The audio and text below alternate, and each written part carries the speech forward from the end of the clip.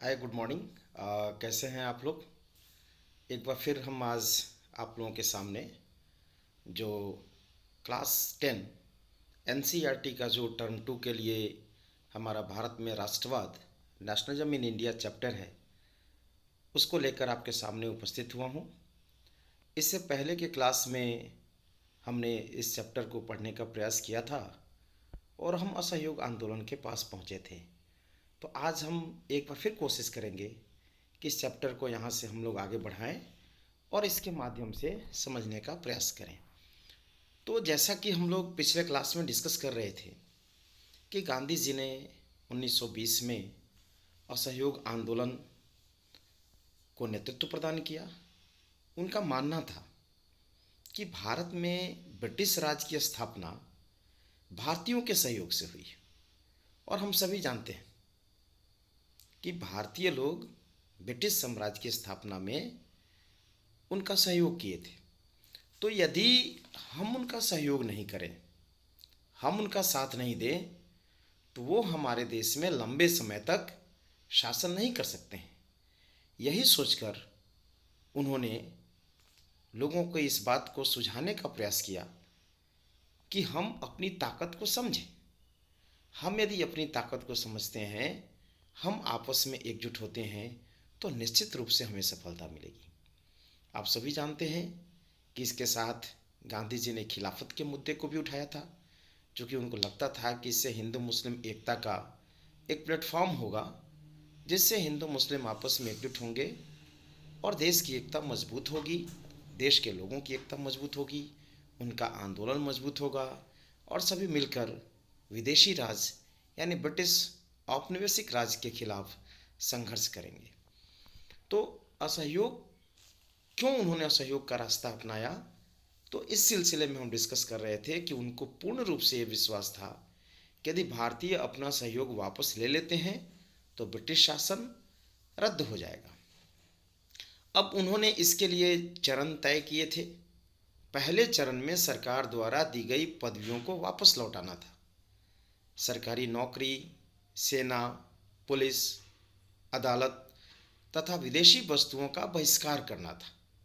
एक व्यापक स्तर पर सिविल डिसओबीडियंस मूवमेंट, हालांकि इससे कंफ्यूज नहीं होना है, सविनय अवज्ञा आंदोलन 1930 में हुआ, लेकिन सविनय अवज्ञा के जो सिद्धांत थे वो यहाँ पे भी थे।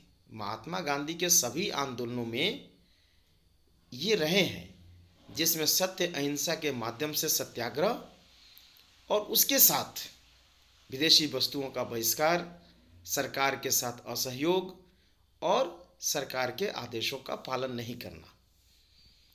इसके बाद उन्होंने आह्वान किया कि भारत के जो भी लोग हैं वो अपने स्तर से अंग्रेजों के साथ सहयोग ना करें। सितंबर 1920 में इस पर स्वीकृति होती है और दिसंबर 1920 में इस स्वीकृति पर अंतिम मुहर लगती है और इसके साथ असहयोग आंदोलन आरंभ होता है। अब सवाल है कि इसमें किन लोगों ने भाग लिया। प्रश्न है हमारा कि असहयोग आंदोलन में किन लोगों ने भाग लिया। यदि हम इसकी मीमांसा करें कि असहयोग आंदोलन में किन लोगों ने भाग लिया, तो उसमें हम देखेंगे भारतीय समाज के भिन्न भिन्न वर्गों के लोगों ने भाग लिया था, जिसमें शहरों में, यदि शहरों की बात करें तो मध्यम वर्ग, विद्यार्थी, शिक्षक, वकील, जिसमें विद्यार्थी को कहा गया कि आप अंग्रेजों को स्कूल कॉलेज छोड़ें।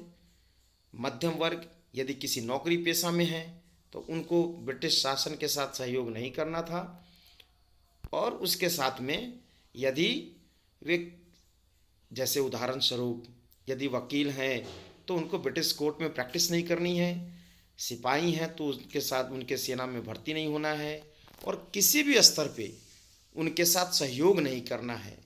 ग्रामीण इलाकों में, जैसा कि आप सभी जानते हैं कि हमारा आज भी ग्रामीण इलाकों में आबादी का अधिकांश हिस्सा किसानों का है, तो ग्रामीण इलाकों में किसान और आदिवासी समूह, बागानों में मजदूर, बागान जितने थे वहाँ पे मजदूरों को भी इसमें शामिल किया गया।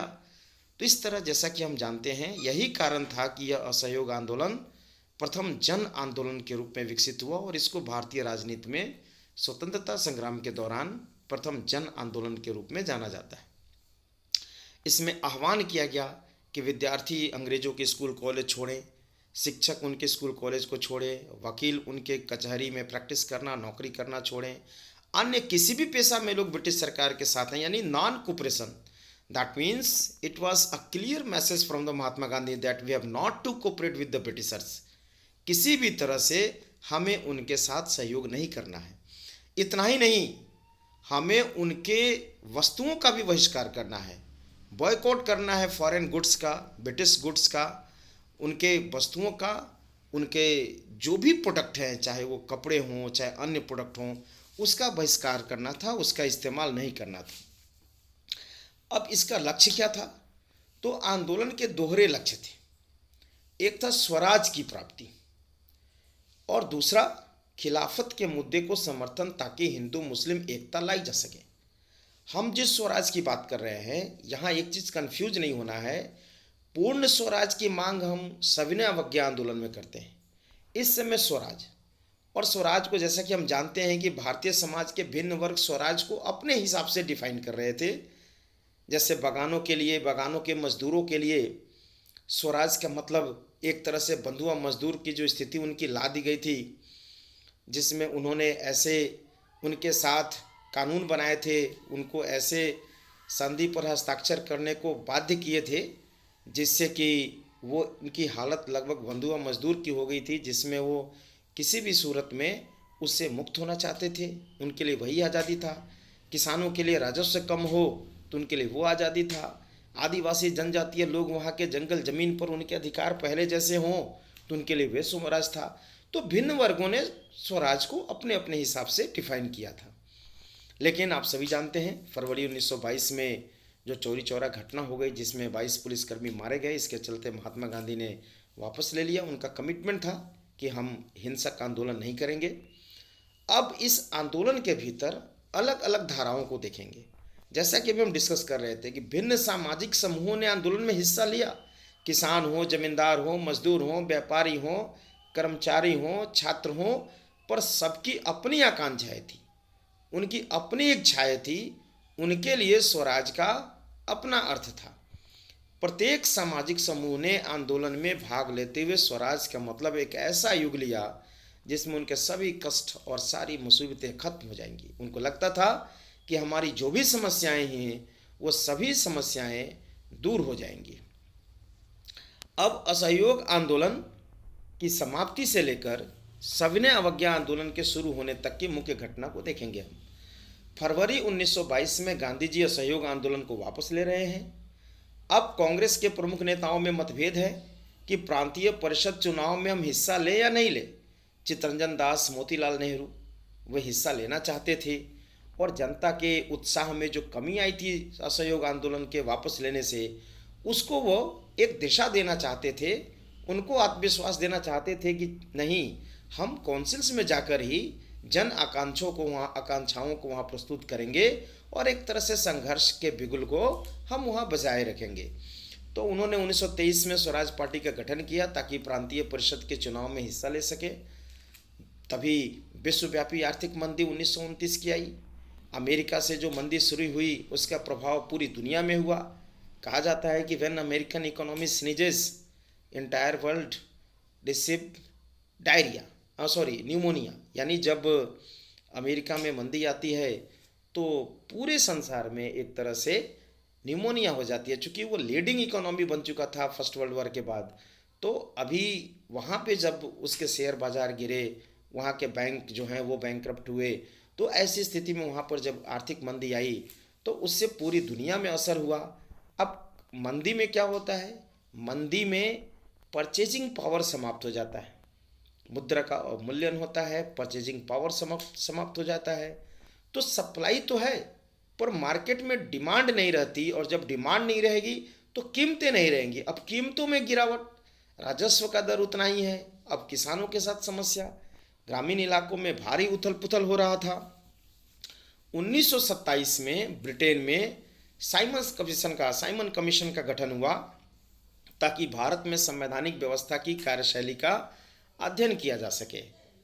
1928 में साइमन कमीशन भारत आया और इसका पूरे भारत में विरोध हुआ। इसका कारण यह था कि साइमन कमीशन व्हाइटमैन कमीशन था जिसमें कोई भी भारतीय सदस्य नहीं था और इसी आधार पर उसका विरोध किया जा रहा था कि आपने साइमन कमीशन को बनाया है ताकि भारत में संवैधानिक व्यवस्था की कार्यशैली का अध्ययन करे, पर उसमें एक भी मेंबर नहीं है, सिर्फ वो व्हाइटमैन कमीशन है। तो विदाउट एनी इंडियन मेंबर हम कैसे ये बात सोच सकते हैं कि आप हमारे यहाँ संवैधानिक व्यवस्था को एक तरह से सुधार की तरफ ले जा रहे हैं। 1928 में साइमन कमीशन भारत आता है, पूरे भारत में इसका विरोध होता है। 1929 में लॉर्ड इरविन डोमिनियन स्टेटस का ऐलान करते हैं। कांग्रेस के भीतर जवाहरलाल नेहरू और सुभाष चंद्र बोस जैसे तेज तर्रार और आक्रामक नेताओं का उदय होता है, जो आगे चलकर 1936-37 में जवाहरलाल नेहरू 29, 36 और 37 वो अध्यक्ष बनते हैं। 1938-39 में सुभाष बाबू बनते हैं। 1929 में लाहौर अधिवेशन होती है और रावी नदी के तट पर लाहौर में, और उसी अधिवेशन में पहली बार पूर्ण स्वराज की मांग की जाती है। अब first time in the history of freedom struggle and the history of Indian national Congress demanded complete freedom in 1929 Lahore. That means 1929 के लाहौर सेशन में, in the Lahore session they have demanded first time complete freedom. पहली बार जो पूर्ण स्वराज की वो मांग करते हैं वो लाहौर सेशन में करते हैं, 1929 में करते हैं। इसके बाद 3 गोलमेज सम्मेलन आयोजित किए जाने की बात की गई थी, 1930, 31 और 1932। तो ऐसे आप याद रख सकते हैं 1930, 1931, 1932, प्रथम, द्वितीय, तृतीय। भारतीय राष्ट्रीय कांग्रेस ने सिर्फ द्वितीय गोलमेज सम्मेलन में भाग लिया था, हम उसको डिस्कस करेंगे आगे। प्रथम गोलमेज सम्मेलन में वो भाग नहीं लिए थे क्योंकि उस समय सविनय अवज्ञा आंदोलन चल रहा था। 1931 में गांधी इरविन पैक्ट होता है, फिर द्वितीय गोलमेज सम्मेलन में भाग लेते हैं और उससे कोई फ़ायदा भी नहीं होता है, आगे उसको देखेंगे। इस तरह अब ऐसा माहौल बन जाता है जिसमें महात्मा गांधी यह महसूस करते हैं कि एक बार फिर देश एक बड़े आंदोलन की आवश्यकता महसूस कर रहा है। इसमें कुछ और कारण साथ में थी। नेहरू रिपोर्ट की असफलता थी। नेहरू रिपोर्ट की असफलता का मतलब है कि मोतीलाल नेहरू ने अंग्रेज़ों की चुनौती को स्वीकार करके एक संविधान बनाने का प्रयास किया, पर भारत के सारे राजनीतिक दल उसमें सहमत नहीं हुए, तो नेहरू रिपोर्ट यहाँ पर असफल हो गया। फिर समाजवाद, जो रूस की क्रांति 1917 में हुआ था, उसके बाद समाजवाद, साम्यवाद पूरी दुनिया में लोकप्रिय हो रहा था, भारत में भी लोकप्रिय हो रहा था। बहुत ऐसे हमारे यहाँ क्रांतिकारी थे युवा जिन्होंने अपनी शहादत से देश के लोगों को एक तरह से आंदोलित करने का प्रयास किया था। भगत सिंह, राजगुरु, सुखदेव की शहादत हम जानते हैं। तो एक ऐसा वातावरण 1929-30 तक बन रहा था जिसमें विश्वव्यापी आर्थिक मंदी, साइमन कमीशन, उसके साथ साथ नेहरू रिपोर्ट की सफलता, समाजवाद साम्यवाद का लोकप्रिय होना, ट्रेड यूनियंस का लोकप्रिय होना, एक ऐसी परिस्थितियां बन गई थी जिसमें महात्मा गांधी महसूस कर रहे थे कि अभी देश में एक बड़े स्तर पर, व्यापक स्तर पर राष्ट्रीय आंदोलन की आवश्यकता है। और उन्होंने निर्णय लिया दांडी मार्च के साथ, नमक यात्रा के साथ उन्होंने निर्णय लिया कि हम सविनय अवज्ञा आंदोलन शुरू करेंगे। अब उन्होंने देश को एकजुट करने के लिए, महात्मा गांधी नमक को एक बहुत ही महत्वपूर्ण मुद्दा मानते थे। अंग्रेजों से पहले नमक एक प्राकृतिक वस्तु के रूप में था जिस पर कभी कोई कर नहीं लगाया गया था। पहली बार अंग्रेजों ने नमक पर कर लगाया और उससे पहले नमक लोग फ्री में यूज करते थे। प्रकृति प्रदत्त जो सूर्य की किरण है, हवा है, पानी है, उसी तरह से लोग नमक का इस्तेमाल करते थे। पर जब नमक पे कर लगाया गया उसके बाद 31 जनवरी 1930 को महात्मा गांधी ने वायसराय इरविन को एक पत्र लिखा और इसमें उन्होंने 11 मांगों का उल्लेख किया। इनमें से कुछ सामान्य मांगे थी जबकि कुछ मांगे उद्योगपतियों से लेकर किसानों तक विभिन्न तबकों से जुड़ी थी। गांधी जी इन मांगों के जरिए समाज के सभी वर्गों को अपने साथ जोड़ना चाहते थे ताकि सभी उनके अभियान में शामिल हो सकें। इनमें सबसे महत्वपूर्ण मांग नमक कर को खत्म करने के बारे में थी। और नमक एक ऐसा मुद्दा था जो विविधताओं से भरे भारतीय समाज में सबको एकजुट कर सकता था। ये गरीब को भी चाहिए, अमीर को भी चाहिए, हर तरह के तथाकथित जातिगत समूहों को चाहिए, हर धर्म के लोगों को चाहिए। तो उनको लगा कि एक ऐसा मुद्दा है जो पूरे भारतीयों को एकजुट कर सकता है। इसमें भारतीय समाज के सभी वर्ग अपने वर्ग हित को भुला करके, अपने निहित स्वार्थों को भुला करके एक साथ आ सकते थे। यह हमारे भोजन का एक अभिन्न हिस्सा था।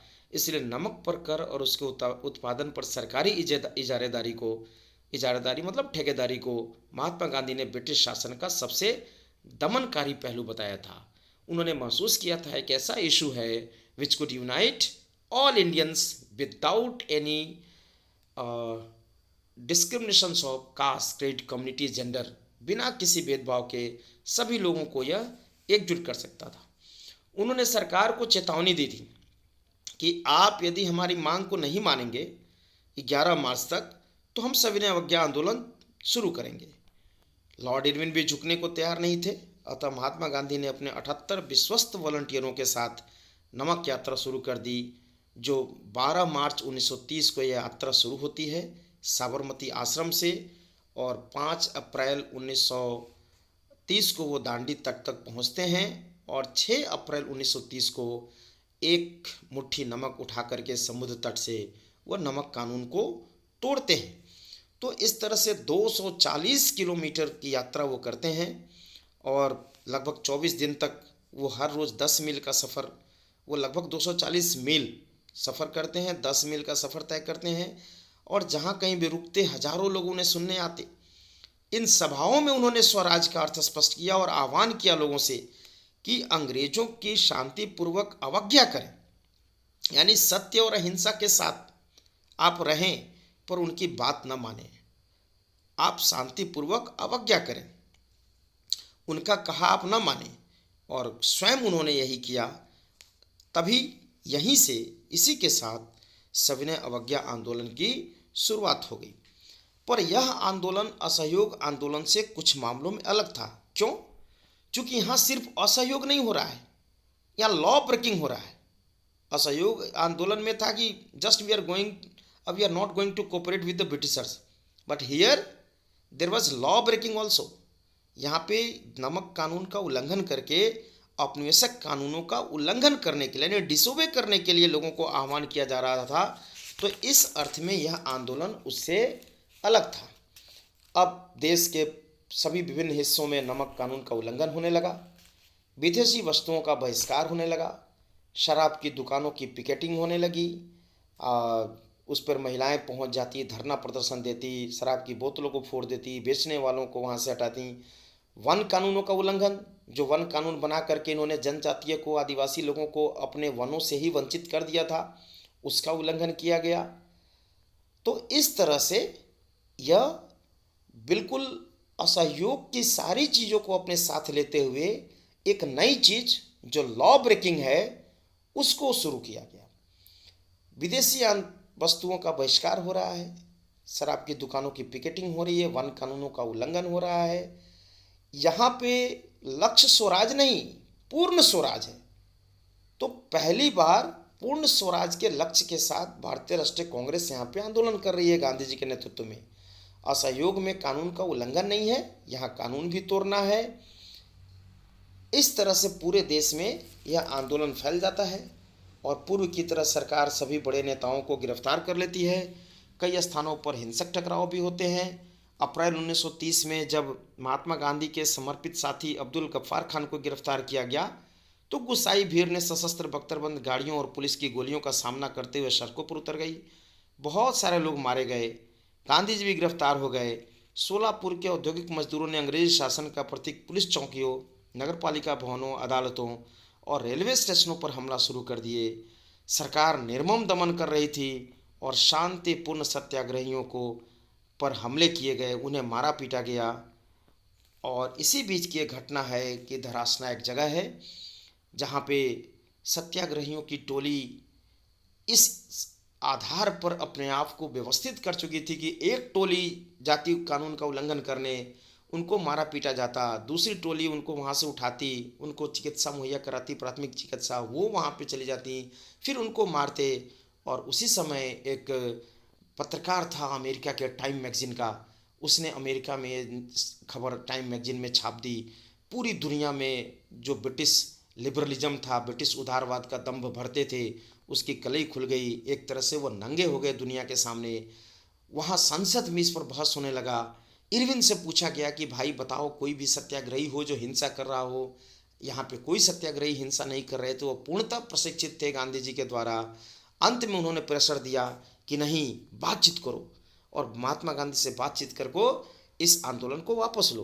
तो 1931 में 5 मार्च 1931 को गांधी इरविन पैक्ट होता है, और इसी गांधी इरविन पैक्ट के जरिए महात्मा गांधी लंदन गोलमेज सम्मेलन, द्वितीय गोलमेज सम्मेलन में हिस्सा लेने जाने के लिए तैयार होते हैं। तो याद रखना है कि कांग्रेस और महात्मा गांधी ने द्वितीय गोलमेज सम्मेलन में भाग लिया था 1931 में गांधी इरविन पैक्ट के बाद। और सरकार इसके बदले में जितने भी राजनीतिक कैदी थे उनको रिहा करने पर राजी हो गई।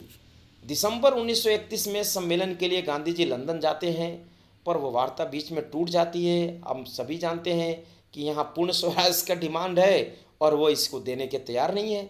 तो यहाँ आकर उन्होंने पाया कि सरकार ने फिर नए सिरे से दमन कर रही है। फिर गफ्फार खान, नेहरू सभी जेल में थे।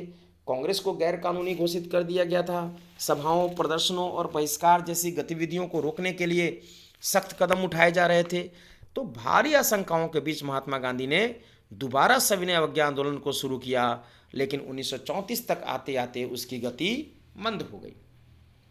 तो अब हम देखते हैं कि सविनय अवज्ञा आंदोलन की सीमाएं क्या थी और यह असहयोग आंदोलन से अलग कैसे था। इस आंदोलन में भाग कौन ले रहे थे। तो यह आंदोलन अलग इस रूप में है, 2-3 चीज इसमें आपको ध्यान में रखना है। पहला तो ये, असहयोग आंदोलन में लक्ष्य स्वराज का है, यहाँ पूर्ण स्वराज।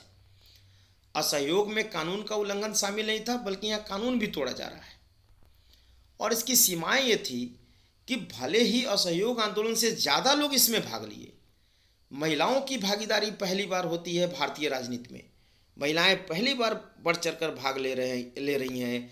किसान और मजदूरों की भी भाग लेने की दर असहयोग आंदोलन से काफ़ी ज़्यादा थी। फिर भी इसकी कुछ सीमाएं थीं। इसमें अनुसूचित जाति की भागीदारी नहीं थी, क्योंकि लंबे समय से कांग्रेस अभी तक अनुसूचित जाति के लोगों को अपने साथ ठीक से जोड़ नहीं पाई थी।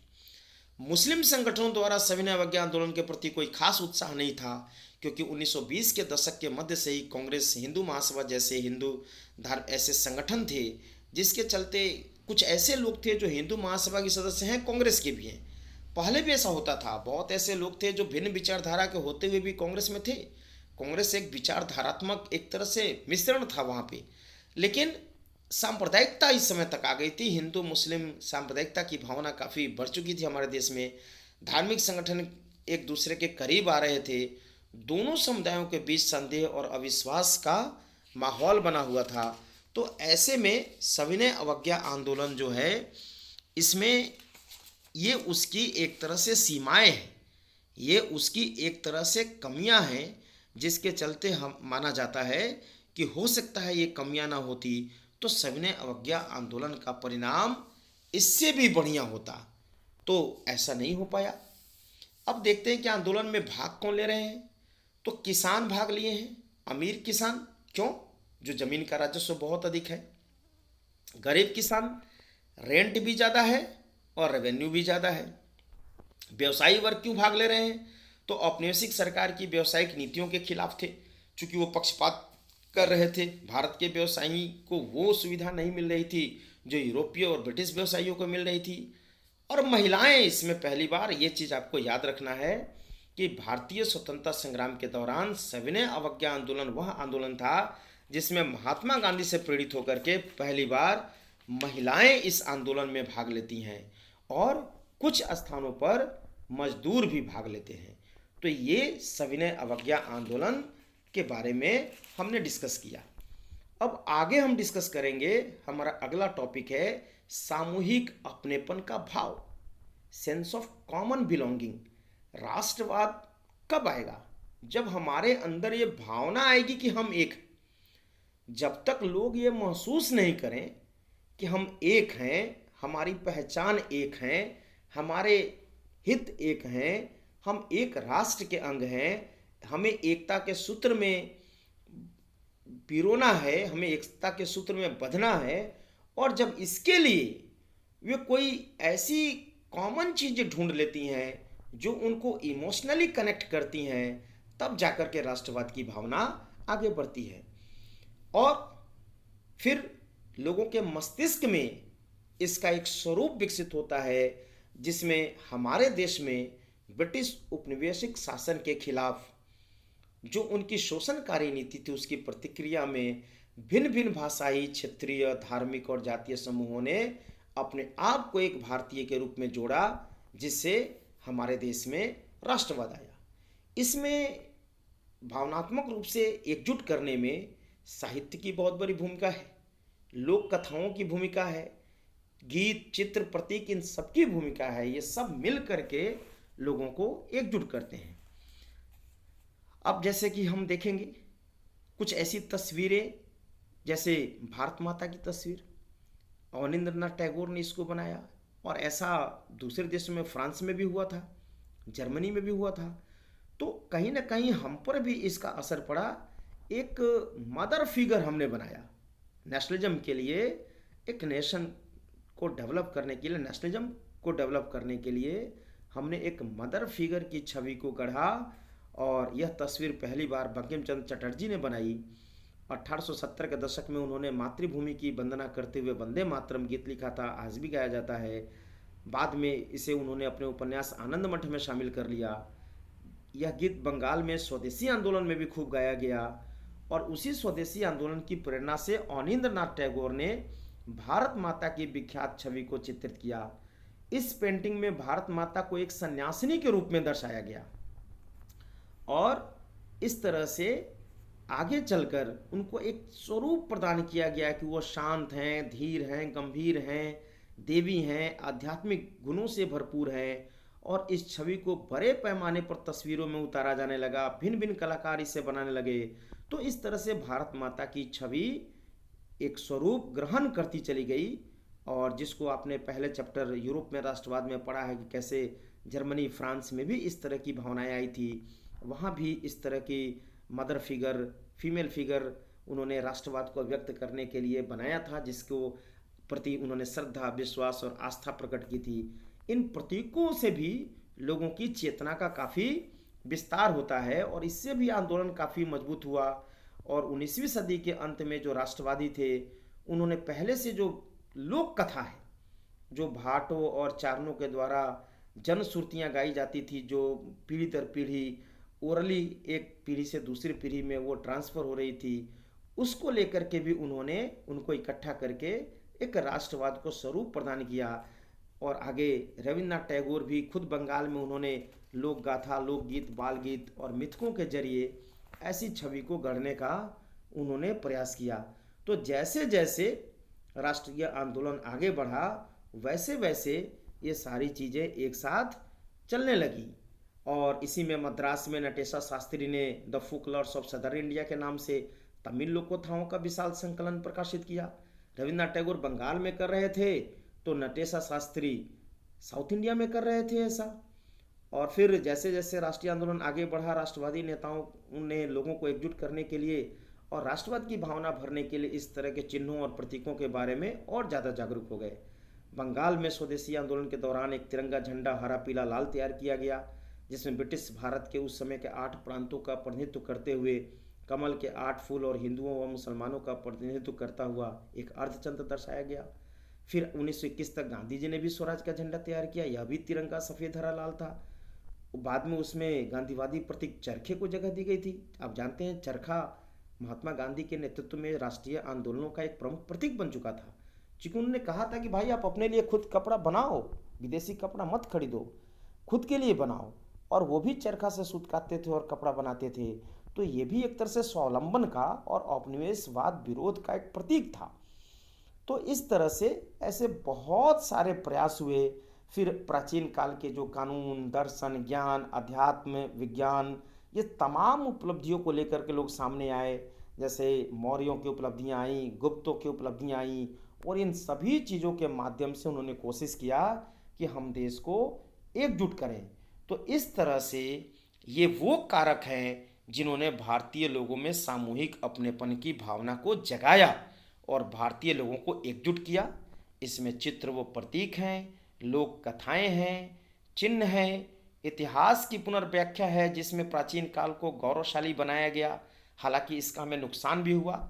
मध्यकाल के बारे में इस तरह की बातें नहीं हो पाई, जिसके चलते हिंदू मुस्लिम सांप्रदायिकता की भावना भी बढ़ी। और इतिहास की पुनर्व्याख्या में ऐसा सब हुआ कि लोग एक तरह से गर्व का अनुभव कर सके, उनमें आत्मविश्वास हो। और इतिहास की पुनर्व्याख्या से बहुत से भारतीय महसूस करने लगे थे कि राष्ट्र के प्रति गर्व का भाव जगाने के लिए भारतीय इतिहास को अलग ढंग से पढ़ाना चाहिए ताकि लोग गर्व को महसूस कर सके। तो इस तरह से हम देखते हैं कि कुल मिलाकर के अंग्रेज सरकार के खिलाफ बढ़ता गुस्सा विभिन्न भारतीय समूहों और वर्गों को स्वतंत्रता के साझा संघर्ष में खींच रहा था। Because their policies were exploitative for all Indians no matter from where they are. वो तमिल हैं, तेलुगु हैं, मलयाली हैं, उड़ीसा के हैं, मराठी हैं, गुजराती हैं, बिहारी हैं, यूपी हैं, कोई मैटर नहीं था। हिंदू हैं, मुस्लिम हैं, सिख हैं, ईसाई हैं, बौद्ध हैं, जैन हैं, पारसी हैं, तथा कथित हजारों जातियों में से कोई जाति हो, कोई फर्क नहीं पड़ता था। वो सबके लिए समान रूप से शोषणकारी था। और यही चीज़ हमारे शिक्षित वर्ग ने, लोगों को, पढ़े लिखे वर्ग ने, जिनमें राजनीतिक चेतना जगी थी, जिन्होंने स्वयं को कांग्रेस के साथ जुड़ा था, वो धीरे धीरे समझाते चले गए। चाहे शुरू के पीढ़ी के उदारवादी नेता हों, नरमपंथी नेता हों, जिसमें दादा भाई नौरोजी, फिरोज शाह मेहता, गोपाल कृष्ण गोखले जैसे हों, या फिर गर्मपंथी नेता हों जिसमें बाल गंगाधर तिलक, लाला लाजपत राय, बिपिन चंद्र पाल हों, और आगे चलकर महात्मा गांधी, और उनके नेतृत्व में पूरे देश में जो नई नेतृत्व उभर कर सामने आई, जिसमें डॉक्टर राजेंद्र प्रसाद थे, सुभाष चंद्र बोस थे, सरदार वल्लभ भाई पटेल थे, सी राजगोपालाचारी थे, बहुत सारे लोग थे इनके साथ। इन सभी लोगों ने इसमें काम किया और धीरे धीरे लोग इस बात को बखूबी समझ गए कि चाहे कुछ भी हो, ये ब्रिटिश राज एक विदेशी राज है जिसमें हमारा कल्याण कभी संभव नहीं होगा। हमें एकता के सूत्र में आना चाहिए और एकजुट होकर के इस ब्रिटिश दमनकारी सरकार को भारत से हटाने का प्रयास करना चाहिए। तो इस तरह से इन तमाम वर्गों की अलग आकांक्षाओं, अपेक्षाएं एक साथ हिस्सा ले रही थी। उनकी शिकायतें बहुत थी और औपनिवेशिक शासन से मुक्ति का भी सबके पास अपना अपना एक अर्थ था। कांग्रेस ने कोशिश किया कि आपस में भारतीय समाज के भिन्न वर्ग, चाहे वो किसान हो, मजदूर हो, जमींदार हो, पूंजीपति हो, नाना प्रकार के धर्म के लोग हों, वो टकराए नहीं और एक दूसरे से दूर न जाएं। उन्होंने कोशिश की कि सबको समेट कर चलें और इस तरह से इन सबको लेकर के आगे बढ़ें। कुल मिलाकर संक्षेप में जो राष्ट्र उभर रहा था वह औपनिवेशिक शासन से मुक्ति की चाह रखने वाली बहुत सारी आवाज़ों का पुंज था। तो इस तरह से हमने इस चैप्टर में देखा कि किस प्रकार भारत में राष्ट्रवाद का उद्भव हुआ और इस राष्ट्रवाद के साथ महात्मा गांधी ने इसे कैसे एक नई ऊंचाइयों पर पहुंचाने का काम किया, जिसके चलते हमारे देश में उन्होंने तीन बड़े जन आंदोलनों का नेतृत्व किया। चाहे असहयोग आंदोलन हो, चाहे सविनय अवज्ञा आंदोलन हो, और चाहे एक और आंदोलन जो आपके क्लास में इस टेक्स्ट बुक में, इस पाठ में वर्णित नहीं है, भारत छोड़ो आंदोलन हो। इसके माध्यम से उन्होंने देश के लोगों को जगाने का प्रयास किया और हमारे देश में राष्ट्रीयता का, राष्ट्रवाद की भावना का प्रसार किया। नाना प्रकार के लोग इसके साथ जुड़ते चले गए। भिन्न भिन्न सामाजिक वर्ग भिन्न भिन्न प्रकार से इसकी मीमांसा करते हुए भी एकजुट हुए और इन सबके परिणाम स्वरूप हम एक राष्ट्र के रूप में भारत को बनाने में तैयार हुए और विदेशी दास्ता से मुक्त करने में तैयार हुए। तो बस आज के लिए इतना ही। बाकी फिर हम लोग एक और रिवीजन क्लास इसके लिए लाएंगे जिसमें प्रश्न उत्तर के साथ इसको डिस्कस करेंगे। तो बस आज के लिए इतना ही। आप सबों को बहुत बहुत धन्यवाद और आप सभी लोगों से यह अनुरोध है कि आपको ये अच्छा लगे तो आप इसे लाइक करें, शेयर करें, सब्सक्राइब करें और फिर हम लोग अगले क्लास में अगले टॉपिक्स को लेकर के आएंगे। तब तक के लिए धन्यवाद। Thank you. Have a nice day.